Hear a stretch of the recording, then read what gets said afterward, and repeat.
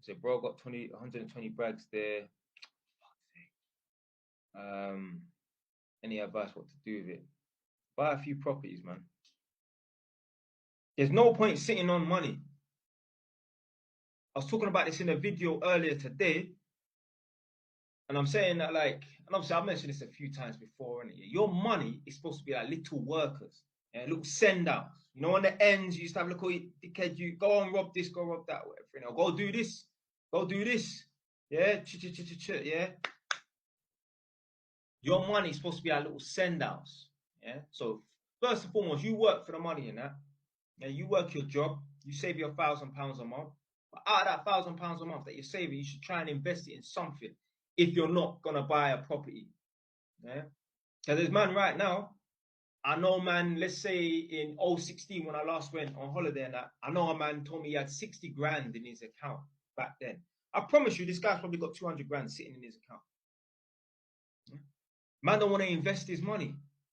Whereas if he did invest that money, yeah, he's not gonna have 200 grand in liquid cash. Like I said in the previous video earlier, why do you need liquid cash? Why do you need to be sitting on more than 10 grand? If he invested that money into property and that, he could have some dirty income coming in every month, some serious passive income every month. So yeah, man, you don't want to be sitting on no big money, 50 grand, 60 grand. What for? Unless you're like, obviously you're sitting on the money waiting to buy a property and that. But if you're just like, I'm just gonna sit on it just so I feel comfortable in that. Nah, bro, you don't want to be comfortable, fam. You always want to be in that grind, not desperate mode, but you understand what I'm trying to say, like survival mode sort of thing. That's when I've been the most productive. That's when I've had the most energy to work.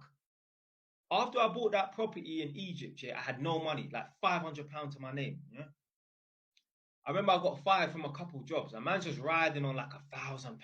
Blood, I remember getting to work at 7 in the morning, leaving at 4:30, then going home for 2 hours, then getting in my car and driving down to Poplar, like Isle of Dogs, around them sort of E14, yeah, near the Blackwall Tunnel, and working at some community centre, installing lights and doing electrical tests, blood, until midnight. Yeah, this is what you got to do when you ain't got much money. Yeah, I had property and that, but I didn't have much cash. Yeah, man was in survival mode. That's the best mode to be in, blood. Yeah, man, survival mode is the best mode. And do you know what? That's why, yeah, I bought that property in Egypt, you know, because basically I was self-employed. I was doing whatever I was doing. I wasn't even really working. I was just fucking about. I had my little vending machine business. Yeah, I think I must have, yeah, tenant paying rent or whatever in it. So, but I thought, you know what, I could see my money diminishing and that. Slowly but surely, my money was diminishing and that. So I thought, you know, I need to get rid of this money. So anyway, I bought the studio flat in Egypt because I needed to put myself in a position where I was desperate. I was hungry for money because you're comfortable when you got 10 grand in your bank account. If you only got £100 in your bank account and you're unemployed, yeah, fam, yeah, you shouldn't be too comfortable, you know. Whereas if you have 10 grand in your account and you're unemployed and that, you're gonna be a little bit comfortable. You're like, okay, cool. I've got a few months to get my act together and that. Yeah. When you got £100 in your account, you ain't got no months. Yeah, you got a couple days, you got a couple hours to get your blood clot act together and that. So yeah, that's why I got rid of my money and that, so that I could put myself in a position where I'm hungry.